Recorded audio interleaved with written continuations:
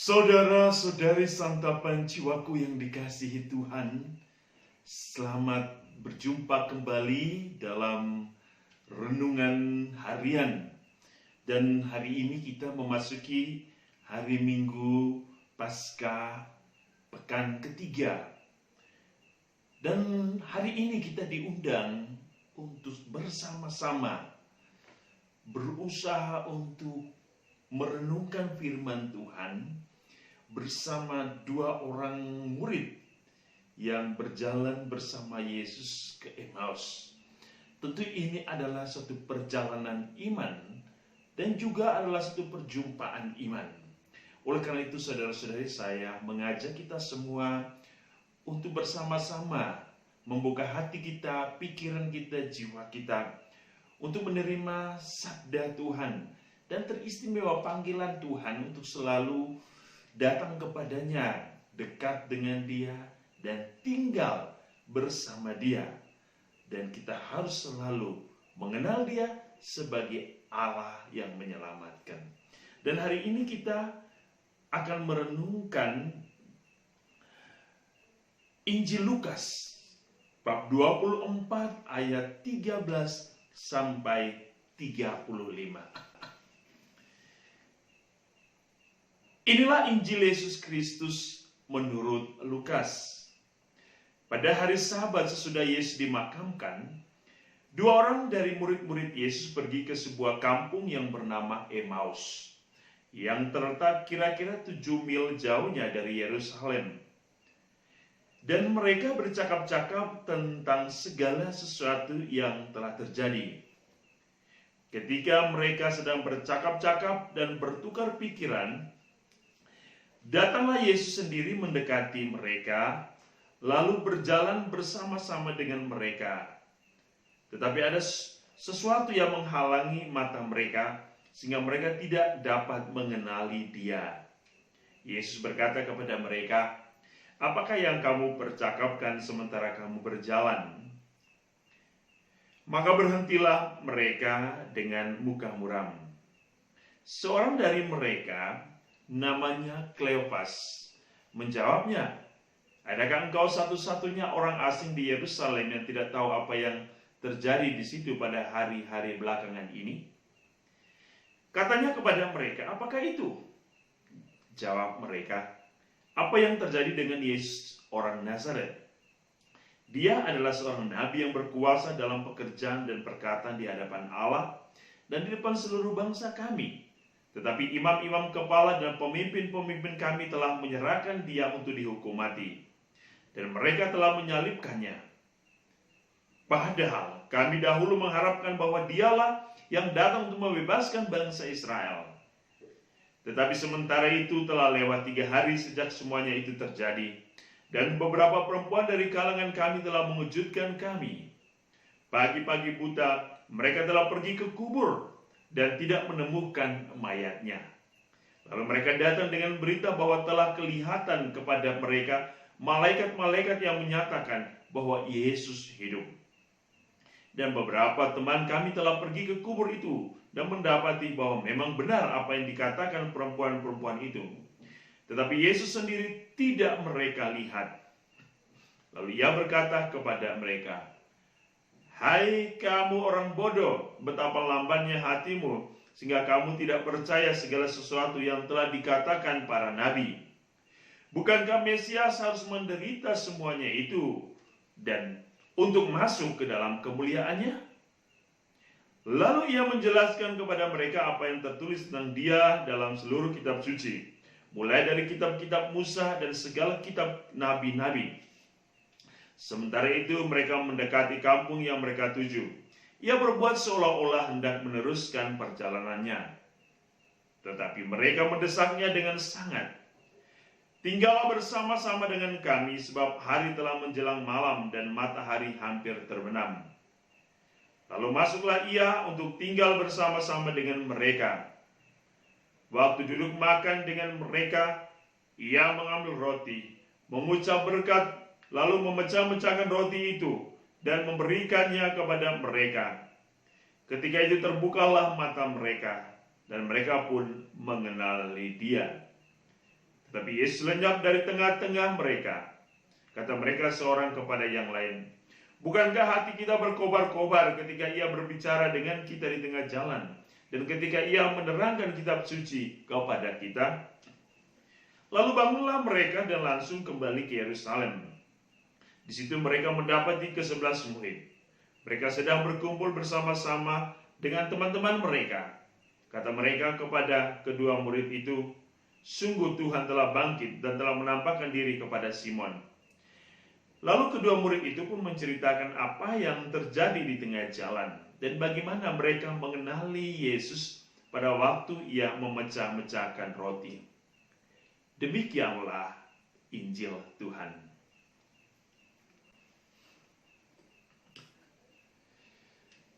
Saudara-saudari santa penjiwaku, Injil hari ini adalah suatu pengalaman iman setelah kebangkitan. Pertama, kita harus menyadari bahwa peristiwa salib adalah satu peristiwa yang sangat menakutkan bagi para murid. Peristiwa yang telah merubah kehidupan para murid saat itu.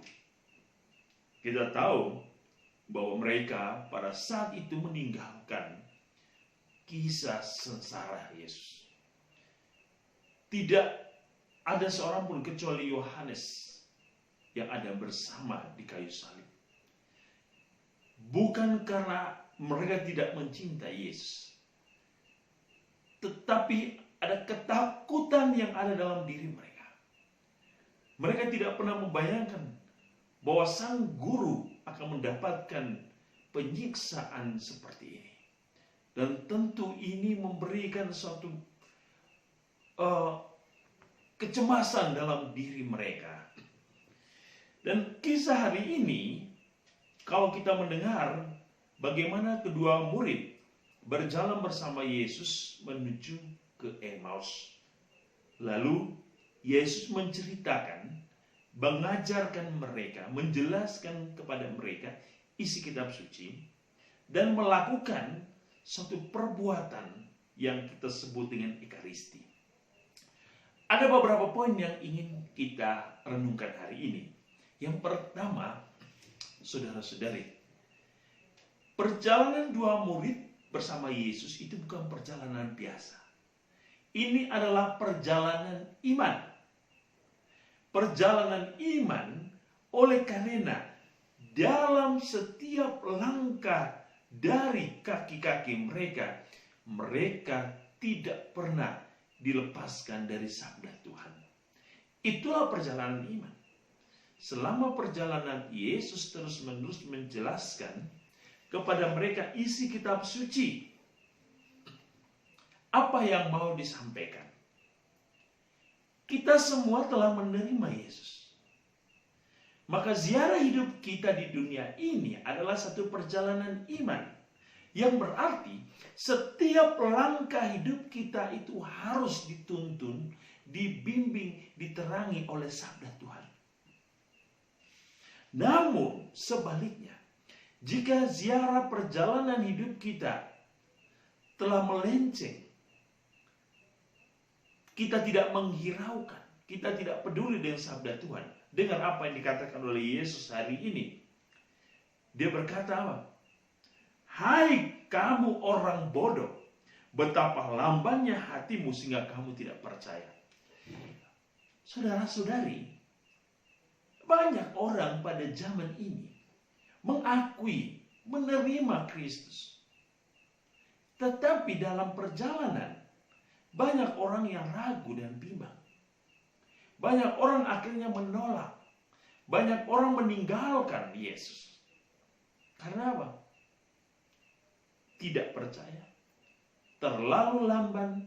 Dan yang terakhir adalah mereka hidup dalam satu perjalanan tanpa ada suatu makna iman yang benar. Akhirnya apa? Kehilangan arah, kegoncangan, kekhawatiran, kecemasan, ketakutan. Oleh karena itu, apa yang harus kita lakukan? Yesus hari ini mengingatkan. Kitab suci adalah perjalanan iman Allah. Kitab suci adalah sejarah keselamatan Allah. Barang siapa yang mendengarkan, yang memahami, menghayati, dan melaksanakan, dia itulah yang akan diselamatkan. Jelas, hidup kita harus sesuai dengan apa yang diinginkan oleh Yesus. Hidup kita harus selalu dituntun oleh firman Tuhan. Yang berikut, kisah yang kedua yang terjadi adalah Yesus memecah-mecahkan roti. Dan apa yang terjadi? Mata para murid terbuka dan mereka mengenal Yesus. Ekaristi adalah identitas Allah.